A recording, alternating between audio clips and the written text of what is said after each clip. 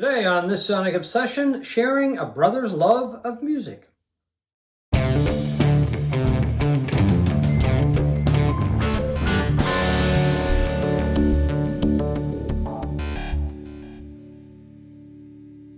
Hi folks, today on this Sonic Obsession, I have a tale that's both sad and uplifting, and it concerns my older brother Grant. He's 3.5 years older than me, and our obsession with music began at exactly the same moment. The first time we heard the Beatles in late 1963. And then what followed after that, the British invasion, the Beatles on Ed Sullivan in 1964, all of that. We grew up in a house where music didn't really exist. My parents had one of those long stereo component things, looked like a coffin.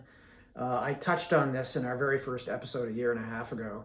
My parents had five or six records, the soundtrack to South Pacific, the soundtrack to My Fair Lady, the soundtrack to Pinocchio. They had a Steve Lawrence and Edie Gourmet album. Whoa. I remember, And probably a Montavone or something. I think it was a Ferrante and Teicher. Oh, Ferrante and Teicher, okay. Album, and that was basically what they listened to when they played music at all, or the CBC radio, which was on a lot, and it was always classical music back then. So hearing the Beatles set off an explosion that just has never really abated for either of us. And, we went through the whole process of, not having money back then and scraping together $1 to buy singles. And then as the time went on, we went into the 60s and 70s, we began to buy albums.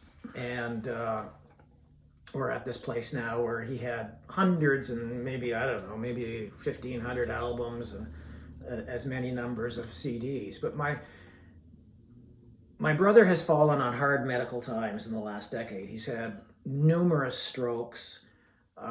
He is now basically incapacitated and living in a full care facility, and has been for about 3 years, and which means he will never be going home.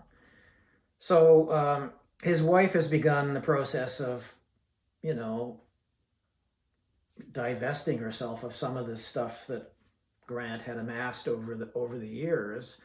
Some of it has been sold, some of it has been given away, and I thankfully have adopted about 300 albums that belong to my brother. And I've been going through this in the last few weeks, cleaning it, rebagging it, re-sleeving the stuff, and listening to a lot of it. And it's been a very moving experience hearing my brother's record collection as I go along, the albums that were important to him and that I will cherish for the rest of my life. And a lot of the stuff you didn't even know that he had, right? I mean, no, you were surprised to find some of the albums in his collection, which of course you'll talk about. Yeah, we're going to talk about a dozen records in this video. Maybe we'll do more, I don't know. But yeah, and I've sort of I just sort of have taken the ones that really intrigued me initially to unveil to John, because John doesn't know what's coming.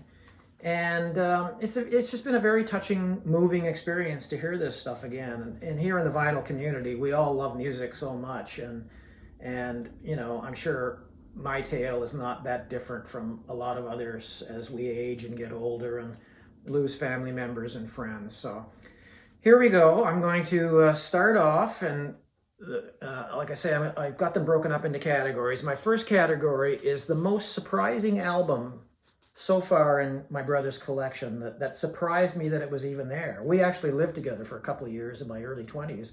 I never heard him play this album. I never heard him talk about it. And it is White Light, White Heat by the Velvet Underground. I'm going to take off this glossy cover. This is an original Canadian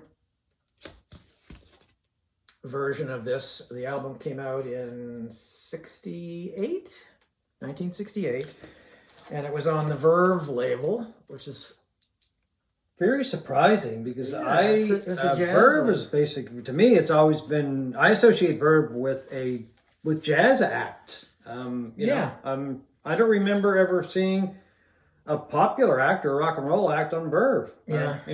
That's totally new to me. Well, I gotta say, I think there's a reason why my brother never talked about it, because I don't think this has been played much. I mean, Well, maybe he didn't like it.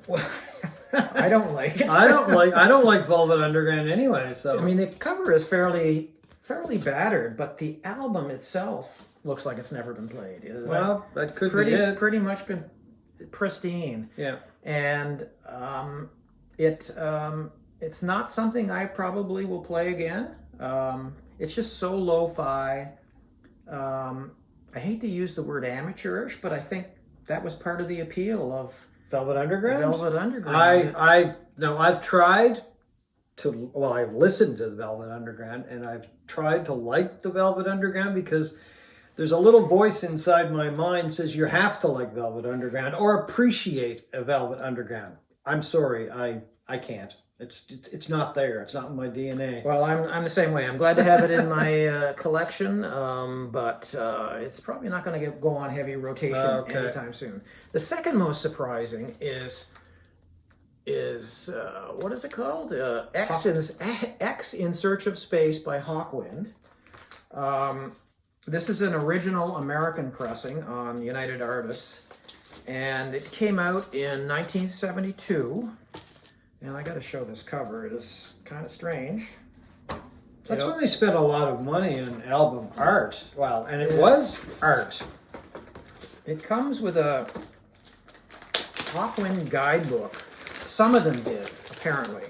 Not all of them did. It's probably worth more money than to collectors. You have a look at that, but it's it folds out into a giant T. I'm not sure of the significance of that, but there you have it. And one trip is space. Trip is one space. Is trip space one? Space trip is one. One space is trip. Okay. Now these guys did a lot of drugs, I think. Oh, I think so. Yeah. Yeah. And what was your first clue? Yeah. But I must confess, this is one of those bands that in my back in the day in 1972, I kind of looked down my nose at and snorted at. Yeah. And that was without ever really hearing them. But my tastes have evolved over time, and this is like stoner rock, space rock, and I really like it. I think my brother didn't as well, because like the Velvet Underground, because the vinyl is pristine. And it sounds wonderful. This was the band before Lemmy hadn't joined it yet. Okay. So that's my surprise number 2. Well, a lot of people would buy albums years ago, and probably to this day. Well, I suppose I still do. I'll buy an album on a whim, of course, because I hear about a band or I hear about an artist, and it's like, well, there's best way to check them out if you're not going to stream them is to buy the album, because years ago, in many ways, in many cases, that was the only way you were ever going to hear there was the no band. social media or any of that. So, No. and bands like Hawkwind didn't appear on the Ed Sullivan Show or something like that. So you had to take a chance. At some point. And FM radio stations were few and far between. Back to the 70s, right? Yeah. When some of this stuff came out. So you had to take a chance and buy it. If you didn't like it, just sat there and gathered dust, I guess. Well, it's a nice surprise for me. Oh, yeah. The next album is my most interesting Canadian album, and that is an original pressing of Klatoon, their debut. Oh, the sun's shining right on it, too. Is. How appropriate. I know. This is on the Canadian label Daffodil, and this is 1975, Daffodil Records. This was the album that sort of launched the rumors that this was the Beatles, as preposterous as that seemed at the time. Yeah. Apparently the Beatles got together and created an album that sounds nothing like the Beatles. It's really, really silly, but it's an interesting album. And this is the original. Repressings after that had Klatoon written across the top. And because of these rumors that created a lot of interest in this, Daffodil was replaced. It was picked up by Capitol Records, and all the reissues were on Capitol. But this is the original Klatoon. I don't even remember how many albums Klatoon did. Daffodil. Do you? They did a few. No, it wasn't a few. Okay. Maybe 3 or Okay. something. It's not my favorite record either, but the best Americana I've encountered so far is Grateful Dead, Working Man's Dead, which came out in 1970, I believe. And it was the album This is on the Warner Brothers green label, which we've The talked quality is amazing. We've talked about this before. Yeah. There's something in the vinyl, something in the mix, something in the mastering, whatever. These albums sound incredible. Probably a combination of all of those things. I would think. I would they think just so. they took a lot of care when they were producing not all the labels, but especially the Warner Brothers stuff, because I have quite a few albums from that era, and boy, the quality is good. Yeah, they sound wonderful. Yeah. This was the album where Grateful Dead sort of moved away from their psychedelia into Americana. You know, this is very country-ish. And one of my favorite Dead albums. And it just sounds wonderful. Yeah, one of the best albums they did anyway. Yeah. The next one is the best punk album I've encountered so far, and that is Patti Smith, the Patti Smith group, Radio Ethiopia. And I'm thrilled to get this. I love Patti Smith. I have most everything she has, but I don't have this on vinyl or on CD. So, Everything she recorded, you mean? Yeah. Okay. everything she recorded, yeah. This was her second album, came out in 1976, a year after her debut, Horses, which was critically acclaimed and sort of launched her into semi-stardom, I guess, for lack of a better word. Yeah. It is loud, as you would expect, very raucous, produced by Jack Douglas with the intent of having a more commercial sound. I don't know if she succeeded or not, but it's a welcome addition. It's on Arista, a major label. Fantastic record. My next is the album that surprised me the most in the sense that I had never heard it and I absolutely love it now. And that is Paris 1919 by John Cale. This is another one that I did. Who was with the Velvet Underground, we should add. Yes, which is why I didn't hear it for... Well, you probably didn't pay 50 much years. attention to it, right? No, well, it came out in 73. This was on... I used this as an example of an album from 1973 in the Rob Walker's Vinyl Tag 2023 Oh, right, yeah. video that we did a couple of videos ago. And I used this one. And it was because not only did it come out in 1973, but I did not hear it until 50 years later. And you were blown away by it. I was blown away by it because it's the antithesis of the Velvet Underground. It's not lo-fi. It's not gloomy. It's not noisy. It's not everything the Velvet Underground pretty much was at that time. And this is a guy that played viola and keyboards and had a very much a classical background. And this is what you would expect from somebody from the UK at that time. It had a folk sound to it. Yeah, and he was from the UK, I believe. From Wales, wasn't he? Yeah. And a lot of strings in it. Just a lovely album that surprised me completely. I have to listen to it. I haven't had a chance yet. Yeah. The next one is the oldest record in my brother's collection, sort of. And it is Moby Grape's debut. But this is the 1984 reissue that came out on Ed Soul Records, an English reissue label. And it has the uncensored cover for the first time. You can see, I'm going to take the wrap off of this so it shows up better. You can see right in the front, the guy with the washboard has got his middle digit extended. Yeah, I've heard about this. Well, I've seen copies of it over the years, yeah. Which inflamed everybody. So this was the first time it was the uncensored? I believe so, Oh, okay, yeah. okay. And this came out originally, not the reissue, but the original in 1967. But they had censored it. But they had censored Yeah. it. Actually, there were copies that got out. there were copies that got out and Yeah. became obviously collector's items and that.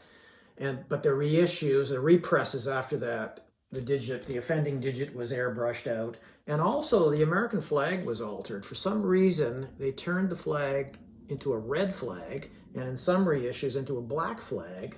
I don't know what exactly the reason, but I think they thought maybe these dirty hippie types. Might have had something to do with the Vietnam War. I mean, I don't know. I don't know, but it is a mono reissue. not my favorite album. No, I'm not a big Moby Grape fan. Sorry, Billy, but it's a good album. It is. A lot of people, say it's the best thing that came out of San Francisco. No, I don't agree with that. I don't agree with that. No. But okay, the best hard rock / metal album is Black Sabbath's 1970 debut. Once again on the green label. Warner Brothers. Yeah, Warner Brothers. Sounds fantastic. My brother apparently liked this because it is a little noisy. It's all beat up too, is it? Well, it's not beat up, but I mean the cover is very good shape. But the music is loud, thankfully. I should have brought my original copy of Paranoid and compared it to see which one got the most use. I mean, you don't hear the noise only in the quiet sections between songs, but it rocks. I don't think they were fully metal. I think this album is more hard rock and blues rock than the metal they became. I never cared for them much after. I liked Paranoid. Paranoid. I still listen to Paranoid. Not the album because it's really beat up, but I have the CD. It's a good album. I mean, I like Paranoid. Anything after that, I had. Oh, after that, I totally lost interest. Yeah. Now this is an album that I'm thrilled to have on vinyl again, and it's Roy Wood's Boulders. This came out when did this come out? 1973? 1973. It was Roy Wood's solo debut on United Artists, and Roy Wood was in The Move. ELO. He formed ELO. Formed ELO and left after 1 year, and he put this album. It is just a wonderful pop recording with. He was a very eccentric guy, as anybody who listens to The Move knows. He was eccentric, but also very pop accessible. He loved the Beatles, and that's evident from ELO. Right? Yeah. And I had this years ago. It was actually Grant who bought it for me for Christmas in 1973, and I'm pretty sure it was a British version. It had sort of a textured cover. This one does not. This is an original Canadian. Just a fantastic album, and I think I probably sold it like I sold a million other albums when I switched over to CD, and I kind of regret that, and I'm glad to have this one back. The next is the most underrated album I've come across so far, and this is 1977 Rough Mix by Pete Townsend and Ronnie Lane. I got it upside down, sideways, yeah. It's one of those things that you can't really tell. Well, there you go. That is a great album. It is a great album. Yeah. I think it's one of the most underrated albums of the 1970s. Well, I think, and I may be wrong, I think that was named Best Album of that year. Was it 77? 77. Yeah. I think Rolling Stone named it the Best Album of the Year. I may be wrong. And that's back when Rolling Stone was a credible music magazine. Mm-hmm. I'll get a little swipe in at Rolling Stone, too, while I'm at it. If it wasn't named Best Album, they had a high praise for it. Let's put it that way. Yeah, there were plenty of raves over this. Yeah. And you wouldn't think it worked. I mean, Pete Townsend was this guy at the height of his game, making these concept albums like Quadrophenia and Tommy and Who's Next. And Ronnie Lane was this guy who played bass and sang the Small Faces and the Faces. But the interesting thing about that album and those two guys is that neither one of them were the lead singers of their respective bands, but they both had very unique and very welcoming voices, I guess might be a way to put it. There's kind of fairly normal voices. Fairly normal they weren't voices, They weren't Robert Plant. And they weren't Steve Marriott from the Faces or Roger Daltrey from the Who. But very good voices. Very good voices. And the material that they did on that album and some of their other solo work highlights their voices. And of course, some of the stuff that Townsend did with the Who, his voice was a lot mellower than Daltrey, but I really like Daltrey's voice, and I always liked Ronnie Lane's voice. So the two of them together was really nice. Yeah, really good sound. Okay, my final selection or selections is the most albums that my brother had from one artist in this collection, and that is Mink DeVille. He loved these guys. I find this surprising. I mean, I would have thought it was the Stones or the Beatles or, you know, more pop Led Zeppelin or something like that, right? Well, I think he'd already, some of those have already been sold and Okay. that sort of thing. But he played these guys all the time. This was their debut in 1977, Cabretta. These guys were veterans of the CBGB's scene, like television, and they were almost the house band there, apparently. And they got a contract with Capitol Records right out of the box. And their first album is the best, I think. It's just good old New York rock and roll. And they produced 6 albums. These are some of them. And he had every one of them. He had every one of them, and he played them all the time. So I was very familiar with this stuff. Well, I mean, that's when you get the phrase cult band, right? I mean, some bands just, they have their own little cults.